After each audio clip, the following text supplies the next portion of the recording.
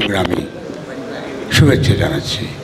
ভালোবাসা, সালাম, আদাব, প্রণাম, জয়গুরু যেভাবে নেবেন সবার প্রতি ভালোবাসা রইল।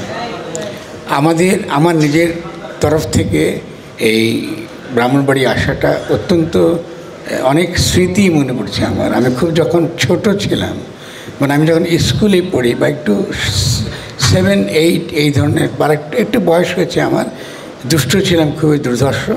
আমার সেই সময় গান শুনতে যেতাম কুমিল্লাতে, আর আরেকটা জায়গায় সে বয়সে, কম বয়সে আমি গান শুনতে আসতাম ব্রাহ্মণবাড়িয়াতে।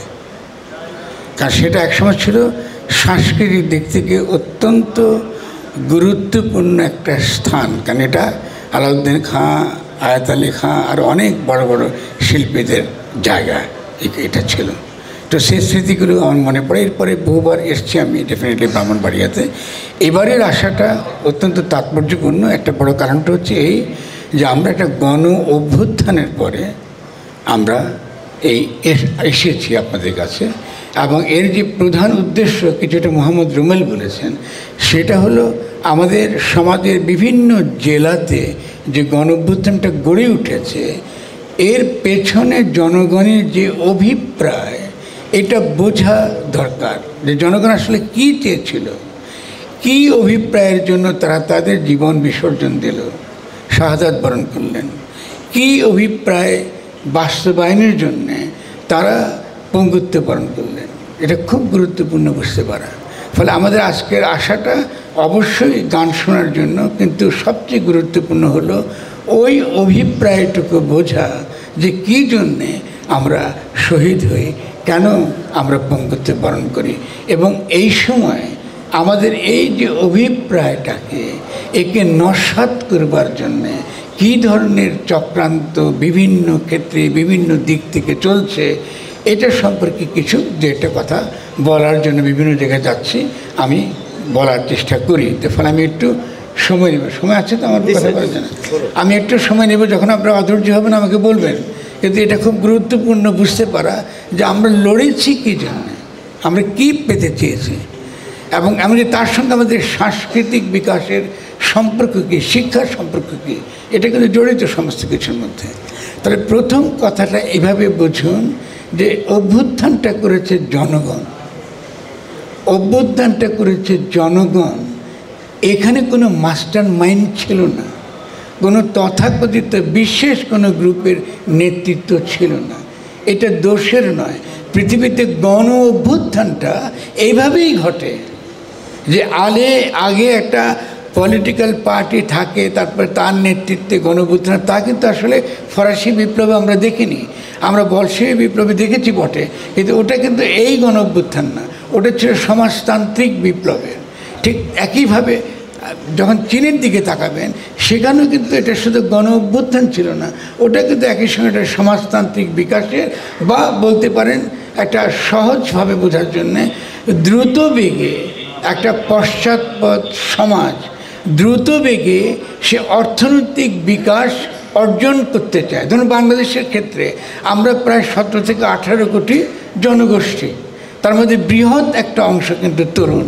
যে তরুণরা যেহেতু তাদের কোনো কর্মসংস্থান নাই, তারা দেখতে পাচ্ছে কিভাবে বৈষম্য সৃষ্টি করে একটা বিশেষ দল তাদের নিজস্ব ক্যাডার তৈরি করার জন্যে একটা এই কোটা রেখে দিয়েছে সরকারি কর্মচারীদের মধ্যে, এবং তাদেরকে তারা চাকরি দিচ্ছে। তারা কোনো চাকরি পাচ্ছে না। অন্যদিকে আমাদের শৈল্পিক বা শিল্প, যেটা কেন কলকারখানা, যেখানে চাকরি কর্মসংস্থান হতে পারে, তারও কোনো বিকাশ ঘটছে না। আরও মারাত্মক হলো, যা কিছু সম্পদ আমাদের আছে এটা লুট করে নিয়ে যাওয়া হচ্ছে। বিদেশ থেকে আমরা কোটি কোটি টাকা প্রকল্পের নামে আনছি, কিন্তু লুট করে নিয়ে যাওয়ার জন্য। ফলে আমাদের মূল লক্ষ্যটা হচ্ছে এই যে আমরা দুটো জিনিস চেয়েছি গণ অভ্যুত্থানের মধ্যে। প্রথম চেয়েছি যে আমরা ব্যক্তির অধিকার, ব্যক্তির মর্যাদা, এটা আমরা নিশ্চিত করতে চেয়েছি। তার সঙ্গে আরও কয়েকটা বিষয় আছে, আমি একটু পরে ব্যাখ্যা করে বলছি। এরপরে দ্বিতীয় যে বিষয়টা গুরুত্বপূর্ণ ছিল, সেটা হলো দ্রুত ত্বরান্বিত অর্থনৈতিক বিকাশ এবং তরুণদের কর্মসংস্থান করা। খুব গুরুত্বপূর্ণ এটা। এটা করতে হলে যদি এটা আমরা পেতে চাই, তাহলে গণ অভ্যুত্থানের মধ্য দিয়ে আমাদেরকে যে কাজটা করতে হবে সেটা হলো নতুন করে বাংলাদেশকে গঠন করতে হবে। শব্দটা গঠন, বানাতে হবে, নতুন করে গঠন করতে। আমরা ছোট উদাহরণ দিই, আপনারা এই যে এখানে বসে আছেন, এটা কিন্তু একটা কি আমরা মঞ্চ বলছি, শিল্পকলার মঞ্চ। এই একটা বড় জেলাতে এই একটা মঞ্চ দেখুন, একটু তাকিয়ে দেখেন চারদিক ঘেরা, এটা একটা গুদাম ঘরের মতন। এখানে কোনো শিল্পকলা কখনো হবে না। শিল্পকলার জন্য আমাকে এমন একটা পরিবেশ তৈরি করে দিতে হবে তরুণদের, যেন তারা ভুল পথে না যায়, জীবনকে ধ্বংস না করে, ক্রিয়েটিভলি তাদের যে সৃষ্টিশীল তাদের যে সত্তা, সেই সত্তা প্রকাশের সে একটা ক্ষেত্র খুঁজে পায়।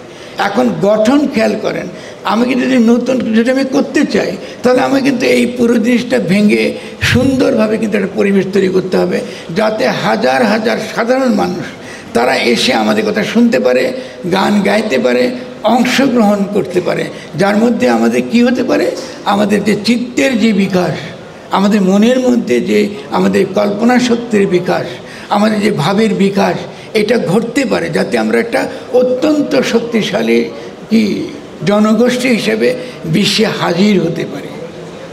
ধরুন এটা একটা ছোট্ট উদাহরণ দিলাম। ঠিক রাষ্ট্রের ক্ষেত্রেও ঠিক তাই। যদি আমি মনে করি যে আমরা খুব দ্রুত বেগে আজকে 3 থেকে 5 বছরের মধ্যে ইউরোপের মতো হতে চাই, আমার কথা ভাববেন না যে আমি একটা আকাশ কল্পনা করছি, আকাশ কুসুম ভাবছি। যদি আমরা ইউরোপের মতো হতে চাই এবং আমাদের ছেলেরা যেন এত কষ্ট না করে এই যে দরিয়া ভেঙে ভীষণ রকম জীবনের ঝুঁকি নিয়ে বিদেশে চলে যাচ্ছে, কারণ এখানে কোনো কর্মসংস্থান নাই, এটাকে যদি সমাধান করতে চাই, তাহলে আমাদের এমন একটা রাষ্ট্র লাগবে যে রাষ্ট্রটা দ্রুত কি করতে পারবে, আমার অর্থনৈতিক বিকাশ সে ঘটাতে পারবে। আমার অর্থনৈতিক বিকাশ সে যদি ঘটাতে চায়, তাহলে প্রথমত যেটা লাগবে, এটাকে আমরা দেখেছি বিভিন্ন দেশের অভিজ্ঞতা থেকে যে তারা বলেছে যেটা করতে হবে, এটাকে শব্দটা ছিল গণ সার্বভৌমত্ব, মানে জনগণের কাছে ক্ষমতার দাব। খুব সোজা, যদি আমি কিছু করতে চাই তাহলে জনগণকে ক্ষমতা দিতে হবে, কারণ জনগণই জানে সে কি করে তার অর্থনৈতিক বিকাশ ঘটাতে হবে। জনগণই তার নিজের জীবনের নিয়ন্ত্রণ জনগণ নিজেই করে, কারণ আপনার নিজের খাদ্য, আপনার বাসস্থান, আপনার সমস্ত কাজ এটা কিন্তু আপনিই করেন, রাষ্ট্র কিন্তু আপনাকে কোনো সহযোগিতা করেন না। এই রাষ্ট্র প্রতি মুহূর্তে, প্রতি দণ্ডে, প্রতি পলে আপনাকে শোষণ করে। এই রাষ্ট্র ব্যবস্থা যদি আপনি টিকিয়ে রাখেন, আপনি দিনের পর দিন আরও গরিব হয়ে যাবেন, আপনার টিকে থাকবার কোনো সম্ভাবনা থাকবে না। রাষ্ট্র হিসেবে বাংলাদেশ আদৌ টিকে থাকবে কিনা সেটাও সন্দেহজনক হয়ে পড়বে। আপনারা একটা সীমান্তে বসবাস করেন, সীমান্তের ওপাশে যে রাষ্ট্র আছে সে কিন্তু আপনি টিকে থাকেন, ও কিন্তু চায় না। আপনি যদি তার কাঁটা তারের বেড়া ভেঙে তার দেশে যান, সে কিন্তু আপনাকে আবার ফেরত পাঠিয়ে দেয়। তাহলে আমাদের এই গণ অভ্যুত্থানের মধ্য দিয়ে প্রধান যে সত্যটা, প্রধান যে দাবিটা ফুটে বেরিয়েছে, যে জন্য মানুষ অকাতরে জীবন বিসর্জন দিয়েছে, সেটা হচ্ছে এই যে আমাদেরকে নতুন করে রাষ্ট্র গঠন করতে হবে। শব্দটা গঠন, সংস্কার না, গঠন করতে হবে। এই বিল্ডিং ভাঙতে হবে, নতুন করে গড়তে হবে, যাতে সত্যিকারের এখানে শিল্পকলা চর্চা হতে পারে। ঠিক তেমনি রাষ্ট্রকে ভাঙতে হবে, নতুন করে গড়তে হবে, যাতে আমরা আমাদের দ্রুত অর্থনৈতিক বিকাশ, আমাদের যে চাহিদা জীবনের, এই চাহিদাগুলো আমরা পূরণ করতে পারি। কিন্তু কি ঘটল গণঅভ্যুত্থানের পরে? জনগণ ক্ষমতা পেল। কয় তারিখে ক্ষমতা পেল মনে আছে আপনাদের? ভুলে গিয়েছেন। জুলাই গণঅভ্যুত্থান বলি, তারিখও ভুলে যাবেন কদিন পরে। ক্ষমতা পেল 5 তারিখে। জনগণের কাছে ক্ষমতা দিল, ক্ষমতা এলো, তারা লড়ে শহীদ হয়ে তারা ক্ষমতা তারা হাতের পাশে পেল। এখন এই যে জনগণ কথাটা বলেছি, এই জনগণের মধ্যে ছাত্র রয়েছে, তরুণ রয়েছে, গরিব মানুষ রয়েছে, মেহনতি মানুষ রয়েছে। আপনি দেখবেন যে প্রথম আলোতে একটা প্রতিবেদন ছাপা হয়েছে কিছুদিন আগে, তারা একটা পরিসংখ্যান, সেখানে দেখা গেছে যারা শহীদ হয়েছে তাদের মধ্যে অধিকাংশই গরিব।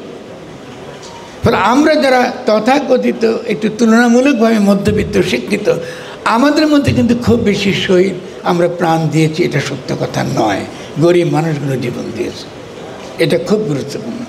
আর কাদের কারণে আপনি গণঅভ্যুত্থানটা সফল হয়েছিল? সৈনিকদের কারণে। ভুলে গিয়েছি আমরা সৈনিকদের কারণে, যারা বলেছে আমরা আমাদের জনগণের উপর আর গুলি বর্ষণ করব না। যখন তারা এই কথা বলেছে তখনই শেখ হাসিনার ফ্যাসিস্ট সরকারের পতন ঘটেছে। আমরা ইতিমধ্যে ভুলে গিয়েছি সৈনিকদের অবদান, আমরা বলি না সৈনিকদের একটা অবদান ছিল, তাদের এই অবদানটা ভুলে গেছি। তাহলে আমাদেরকে ক্রমশ আমাদের স্মৃতি থেকে কারা এই গণঅভ্যুত্থানে জীবন দিয়েছিল তাদেরকে ভুলে যাব, শুধু অল্প কয়েকজনের নাম নেব, এবং তারা অবশ্যই প্রত্যেকের জীবন দিয়েছেন এবং প্রত্যেকে আমাদের কাছে অত্যন্ত অত্যন্ত গুরুত্বপূর্ণ, অত্যন্ত স্মরণীয়, আমাদেরকে অবশ্যই মনে রাখতে হবে। তাহলে আমরা যে ভুলে যাচ্ছি, আরও কী কী ভুলে যাচ্ছি খেয়াল করুন। আমরা খালি বারবার সরকারের কথা বলছি, রাষ্ট্রের কথা কারাম বলতেছে না। গণ অভ্যুত্থান যখন হয় 5 তারিখে, তৎক্ষণাৎ আমাদেরকে একটা জুলাই ঘোষণা দেবার কথা।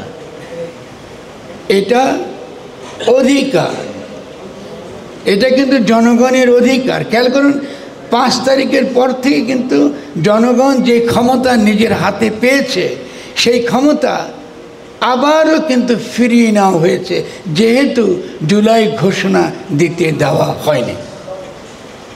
এবং এরপরে জুলাই ঘোষণা কী হয়ে গেল?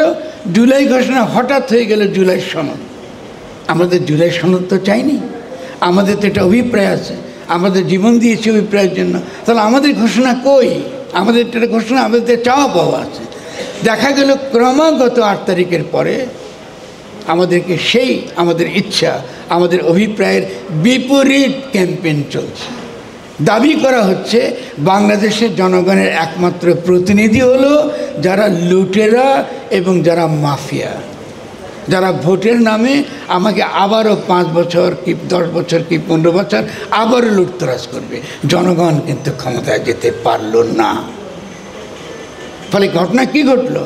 8 তারিখে যখন শেখ হাসিনার এই সংবিধান, যে ফ্যাসিস্ট সংবিধান, এটাকে উপর হাত রেখে যখন আপনি শপথ নিলেন যে আপনি শেখ হাসিনার রাষ্ট্রই কায়েম রাখবেন, আপনি তো শেখ হাসিনার রাষ্ট্রই কায়েম রেখেছেন। এরপর আমরা কি দেখলাম? রাজনৈতিক দলগুলোর সঙ্গে ঐক্যমত্য কারা করতেছে? তারা কেউ কিন্তু জুলাই গণঅভ্যুত্থানের মধ্যে অংশগ্রহণ করে নাই। এরা বিদেশ থেকে আসছে, অনেকের বিদেশি পাসপোর্ট আছে, জুলাই গণঅভ্যুত্থানের মধ্যে কিছু তারা করে না।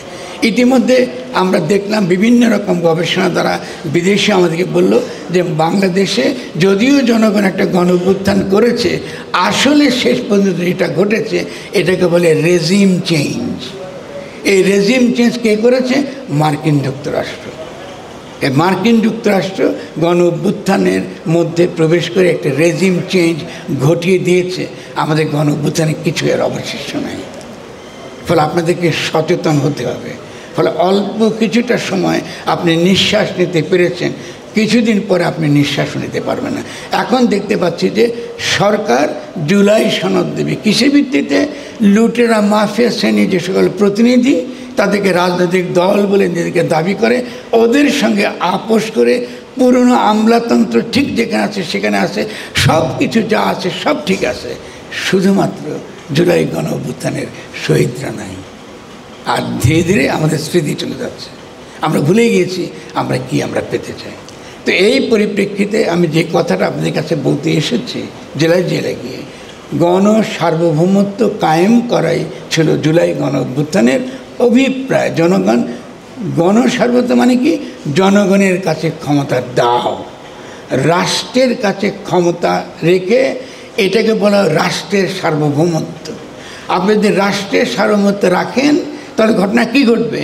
রাষ্ট্র আমলাতন্ত্র দিয়ে রাষ্ট্র চালাবে, সেনাবাহিনী দিয়ে রাষ্ট্র চালাবে, আপনার পুলিশ বাহিনী দিয়ে রাষ্ট্র চালাবে, এবং প্রশাসকরা, জেলা প্রশাসকরা, ব্যক্তি আকারে অনেক ভালো প্রশাসক আছেন, এটা বড় কথা না।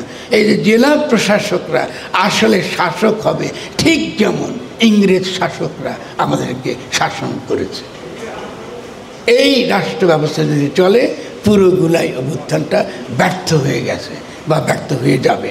ফলে ইতিমধ্যে তরুণরা তাদের রাজনৈতিক দল গঠন করেছে, তারা লড়াই করছে, তারা চেষ্টা করছে, তাদের রণনীতি আছে, রণকৌশল আছে, অনেক ক্ষেত্রে তারা সফল হতে পারছে, অনেক ক্ষেত্রে তারা কৌশলগত ভুল করছে, আবার তারা শিখছে। ফলে তাদের পেছনেও আমাদেরকে থাকতে হবে, তাদেরকে সমর্থন দিতে হবে। সেই ক্ষেত্রে আমাদের দিক থেকে বিনয়ী প্রস্তাবনা হচ্ছে যে নির্বাচন আমাদের কোনো কিছু সমাধান করতে পারবে না। এবং আমরা জুলাই গণঅভ্যুত্থানের যে সবচেয়ে বীর তরুণরা, তাদের কাছে আমাদের বিনীত অনুরোধ যে নির্বাচন হতে পারে একটা কৌশল, কিন্তু আপনারা নির্বাচন বাদী হবেন না যে নির্বাচন করলে দেশের সমস্যার সমাধান হয়, না, এটা হবে না। আমাদের কাজ অনেক বড়, বিভিন্ন ক্ষেত্রগুলোকে আবার নতুন করে গঠন করা, নতুন নীতি গঠন করা, এটা হচ্ছে অত্যন্ত গুরুত্বপূর্ণ। তো সেই পরিপ্রেক্ষিতে জুলাই ঘোষণার যে মূল যে মর্ম, আমি তার কিছু মর্ম আপনাদেরকে এখন হাজির করছি, যেটা 5 তারিখে ঘোষিত হবার কথা।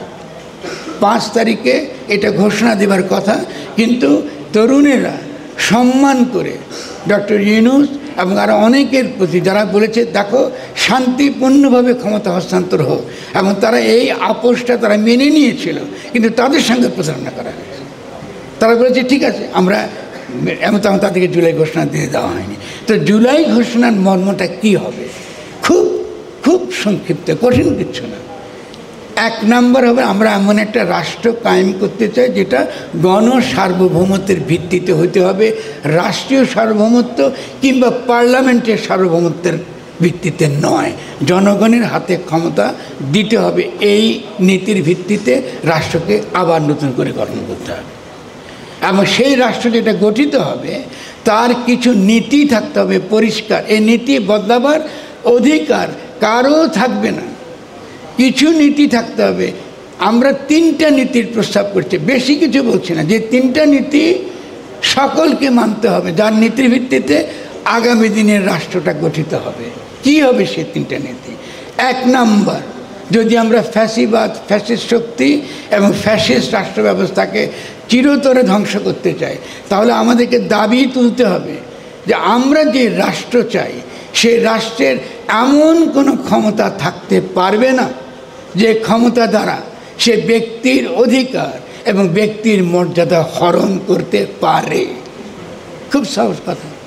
রাষ্ট্রকে আমরা এমন কোনো ক্ষমতা দেব না, আমলাদের আমরা এমন কোনো ক্ষমতা দেব না, পার্লামেন্টকে আমরা এমন কোনো ক্ষমতা দেব না যে তারা ডিজিটাল সিকিউরিটি অ্যাক্ট, তথাকথিত নিবর্তনমূলক আইন, তথাকথিত কী বলে রিমান্ড, এই ধরনের আইন করতে পারে যে আইনগুলো আমাদের ব্যক্তির অধিকার এবং ব্যক্তির মর্যাদা হরণ করে। 1 নম্বর, খুব পরিষ্কার, এটাকে বলে গণসার্বভৌমত্ব।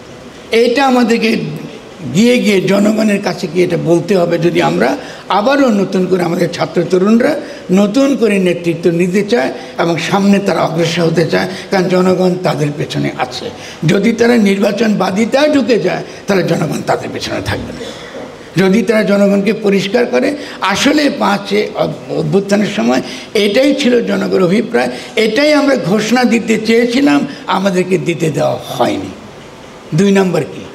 2 নম্বর খুব সহজ, প্রাণ, প্রকৃতি এবং পরিবেশ ধ্বংস করে কিংবা প্রাণ, প্রকৃতি, পরিবেশের কোনো ক্ষতি করে এমন কোনো আইন অথবা এমন কোনো নীতি রাষ্ট্র প্রণয়ন করতে পারবেন না। আমার নদীগুলো দূষিত হয়ে গেছে, এমন কোনো নীতি রাষ্ট্র আনতে পারবে না যাতে নদী দূষিত হয়, যেমন পেস্টিসাইড বন্ধ করতে হবে। এমন কোনো নীতি আনতে পারবে না যাতে আমার কী হয়, আমার বনগুলো ধ্বংস হয়। এমন কোনো নীতি রাষ্ট্র আনতে পারবে না যাতে আমার কী হয়, আমার খাদ্য ব্যবস্থা ধ্বংস হয়, আমার জীব অনুজীব, যে প্রকৃতির মধ্যে যে জীব অনুজীব আছে, আমার যে প্রাকৃতিক সম্পদ আছে বা সেই প্রাকৃতিক সম্পদ ধ্বংস হয়, এমন কোনো আইন কিংবা নীতি রাষ্ট্র প্রণয়ন করতে পারবে না। এর মানেটা কি? মানে হলো এই, সারা পৃথিবীতে বাংলাদেশ প্রাকৃতিক সম্পদে অত্যন্ত সমৃদ্ধ। ফলে প্রাকৃতিক সম্পদ ধ্বংস করে আমাদেরকে নিঃস্ব, গরিব করা, গ্রামের পর গ্রামকে নিঃস্ব করে ফেলা, এরপর গ্রামের গরিব মেয়েটিকে, 13-14 বছরের মেয়েটিকে সস্তায় তার শ্রমশক্তি কিনে এক্সপোর্ট প্রসেসিং জোনে তাকে দিয়ে কম টাকায়, কম বেতনে পোশাক তৈরি করে এটা বিদেশে এক্সপোর্ট করবার যেই শিল্পায়নের নীতি, এটা বদলাতে হবে। আমাদের গ্রামগুলো সমৃদ্ধ হতে হবে, কারণ গ্রামে মাছ পাওয়া, পশুপালন করা, খাদ্য নিশ্চিত করাটা খুব সহজ। এই যে নীতিটা বললাম, প্রাণ, প্রকৃতি এবং পরিবেশ ধ্বংস হয় এমন কোনো নীতি অথবা এমন কোনো আইন রাষ্ট্র প্রণয়ন করতে পারবে না। এটা খুব সহজ। 3 নম্বর কি? 3 নম্বর, জীবন এবং জীবিকা ধ্বংস হয়, জীবন এবং জীবিকা ধ্বংস হয় এমন কোনো আইন বা নীতি রাষ্ট্র প্রণয়ন করতে পারবে না। এই যে কর্মসংস্থানের কথা আছে, এমন কোনো নীতি সে নিতে পারবে না যাতে জীবন এবং জীবিকা ধ্বংস হয়। তাহলে এই যে 3টা নীতি, এই 3টা নীতির ভিত্তিতে আমরা দাবি করছি এটাই গণ অভিপ্রায়। জনগণ অনেক কিছু চায় নাই, খুব ক্ষুদ্র এই 3টে জিনিস চেয়েছে। এই 3টে এই যেটা আমরা প্রস্তাব করছি, এই যে ঘোষণা, এটাকে বলে প্রোক্লেমেশন। প্রোক্লেমেশনের কি বলে, এর একটা কনস্টিটিউশনাল লেজিটিমেসি আছে, মানে এই ঘোষণাগুলো আসলে একই সঙ্গে সাংবিধানিক, আইনি বা গঠনতান্ত্রিক, মানে এর ভিত্তিতে রাষ্ট্র বানাতে হবে।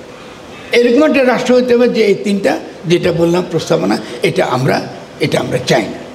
আর যে সাধারণ যে দাবিটা আমাদের আছে যে বিচার করতে হবে, বিচারকে অবশ্যই যারা খুন করেছে, হুকুমের আসামি কিংবা যারা এই খুনের ক্ষেত্রে যারা দায়ী, ওদের বিচার হতেই হবে। এবং আর কি থাকতে পারে, অবশ্যই যারা ইতিমধ্যে শহীদ হয়েছেন তাদেরকে মনে রাখতে হবে, তাদের স্মৃতিকে মনে রাখতে হবে। যারা পঙ্গু হয়েছেন তাদেরকে পুনর্বাসন নিশ্চিত করতে হবে। দেখুন, আমি কিন্তু খুব অল্প কথার মধ্যে ইতিমধ্যে কিন্তু জুলাই ঘোষণা কিন্তু দিয়ে দিলাম। এটাই কিন্তু ছিল জুলাই 5 তারিখে এই ঘোষণা দেবার কথা। ছাত্র তরুণরা যেখানে দাঁড়িয়ে আছে, অনেক আমাদের নেতৃত্বে দাঁড়িয়ে আছেন, তারা কিন্তু অনেক আপোষ করেছে যে আমরা শান্তিপূর্ণভাবে ক্ষমতা হস্তান্তর হোক। আমরা মনে করি শান্তিপূর্ণভাবে যদি হতো এটা ভালো হতো। কিন্তু আমিও তাদেরকে অনুরোধ করব, এই যে জুলাই ঘোষণাটা আমরা আজকে এই ব্রাহ্মণবাড়িয়ায় আমরা আজকে ঘোষণা করলাম, কার্যত আমরা সব জায়গাতে এরাই ঘোষণা করছি, আজকের দিনটা গুরুত্বপূর্ণ। এই যে আমরা ঘোষণা করলাম, এটা আমরা নিয়ে যাব জেলায় জেলায়, আমরা আলোচনা করব এবং জনগণ এটাতে আরও একত্র করতে পারবে, তাদের আরও অনেক অভিপ্রায় থাকতে পারবে।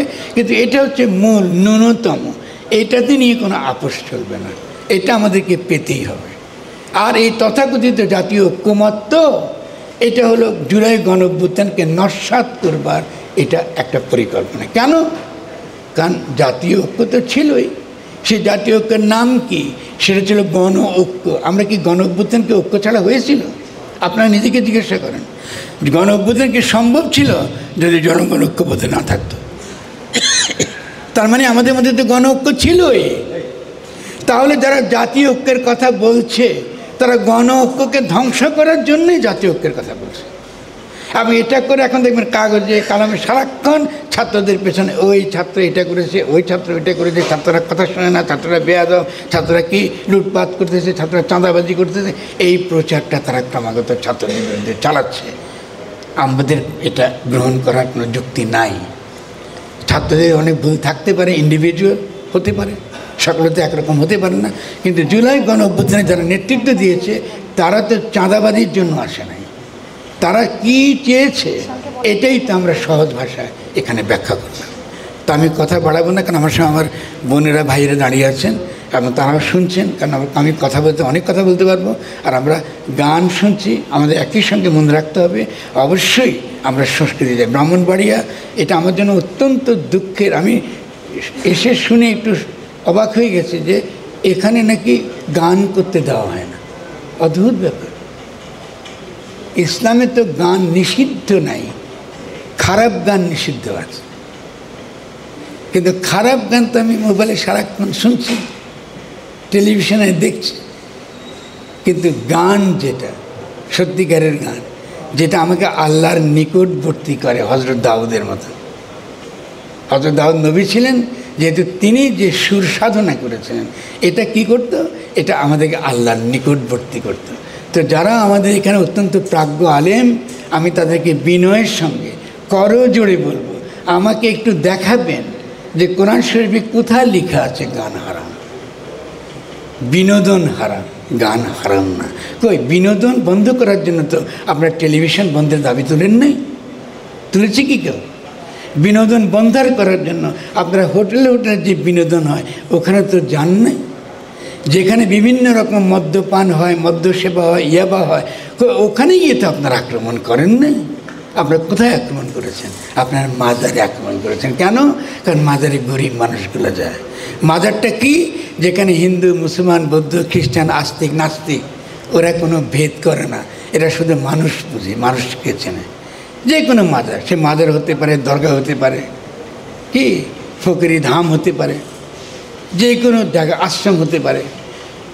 কোথাও এইসব যতগুলো নাম আপনাকে বলছি, দরবার বলছি, দরগা বলছি, কেমন ধাম বলছি, আখড়া বলছি, যেই নামে বলেন, আপনি যদি সেখানে যান, সেখানে হিন্দু মুসলমান ভেদ নাই, সমস্ত পরিচয়ের ঊর্ধ্বে কাকে ভজনা করা হয়? সেখানে মানুষ ভজনা করা হয়। এই যে মানুষ ভজনা করার যে সাংস্কৃতিক রীতি, যে দার্শনিক রীতি, এটাকেই বলা হয় গণতন্ত্র। তাহলে আমাদের বাংলাদেশে গণতন্ত্রের সবচেয়ে উজ্জ্বল যে উদাহরণ, সবচেয়ে চাক্ষুষ যে উদাহরণ আমাদের চোখের সামনে, এর নাম হলো মাজার, দরগা, কি আখড়া, কি আশ্রম। অর্থাৎ এটাকে হামলা করছে কারা? যেহেতু যারা গণতন্ত্র বিরোধী, যারা মানুষ বিরোধী, যারা ধর্ম বিরোধী, যারা কোনোদিন কোরআন শরীফে প্রমাণ করতে পারে নাই যে কোরআনে বলা হয়েছে গান হারাম। কোরআন কখনো বলেনি গান হারাম। ফলে আপনি এই যে আলেমরা এই ব্যাখ্যাটা করেছে, আমি তো এই ওপেনলি বলছি, এটা আমি খুব খুশি হব, কারণ এই বিষয়গুলো পাকিস্তান আমলে এটা মীমাংসা হয়ে গেছে। আপনারা যদি আকরাম খান বই পড়েন, আমি দিচ্ছি সমস্যা ও সমাধান বইয়ের নাম, আরও প্রচুর বই আছে যেখানে পরিষ্কার বলা হচ্ছে ইসলামিক গান হারাম তখন যখন সেটা আল্লাহর কাছ থেকে আমাদেরকে দূরে নিয়ে যায়। এগুলো সারাক্ষণ শুনতেছেন বিভিন্ন জায়গা থেকে, কিন্তু আপনারা এখানকার গণতন্ত্র চর্চা করবার সবচেয়ে উজ্জ্বল ক্ষেত্র, সবচেয়ে ভালো যে সকল ক্ষেত্র, এটার বিরুদ্ধে দাঁড়াচ্ছেন, এগুলাতে ভাঙছেন। আপনারা আসলে কারা? আপনারা কাদের জন্য কাজ করছেন? ফলে আমি ছাত্র তরুণদেরকেও বলবো, তাদের কাছ থেকে যথেষ্ট শক্তভাবে আমরা মাজার বিরোধী অবস্থান শুনি নাই। কারণ মাজার হলো সাংস্কৃতিক দিক থেকে গণতন্ত্রের অত্যন্ত গুরুত্বপূর্ণ চর্চার ক্ষেত্র। এটা আমাদের শুধু চিত্তর বিনোদন ঘটায় তাই না, এটা আমাদের রুহানিয়াতের বিকাশও ঘটায়। মানে আমাদের আত্মা, যে আত্মাটা সবসময় আকুতি বোধ করে, সে আমরা ঈশ্বর বলি, ভগবান বলি, গড বলি, যেই নামই বলেন না কেন, এই তার জন্য যে আকুতিটুকু বোধ করে, সে আকুতিটুকু সে জাগায়, সে তৃষ্ণাটুকু সে জাগায়, এবং সেই কারণে সমাজ আঠার মতো লেগে থাকে। আপনি যখন মসজিদে যান, মসজিদে দিকে কোনো হিন্দুকে ঢুকতে দেবেন? নামাজ পড়তে দেবেন না। তো ঠিক মন্দিরে তো ঠিক মন্দিরে হতে পারে পূজা হচ্ছে, কিন্তু সনাতন ধর্মের পূজা করছে, আপনি তো গিয়ে সেখানে গ্রহণযোগ্য হচ্ছে পারছেন না। সমাজে তো এরকম ধর্ম থাকবে, এটা দোষ কিছু নাই। কিন্তু মাজার কি দরবেশদের দরগা, কি পীরদের দরগা, কিংবা আপনার আখড়া, এখানে তো হিন্দু মুসলমান ভেদ নাই, আপনি যেতে পারবেন, কোনো ভেদ নেই।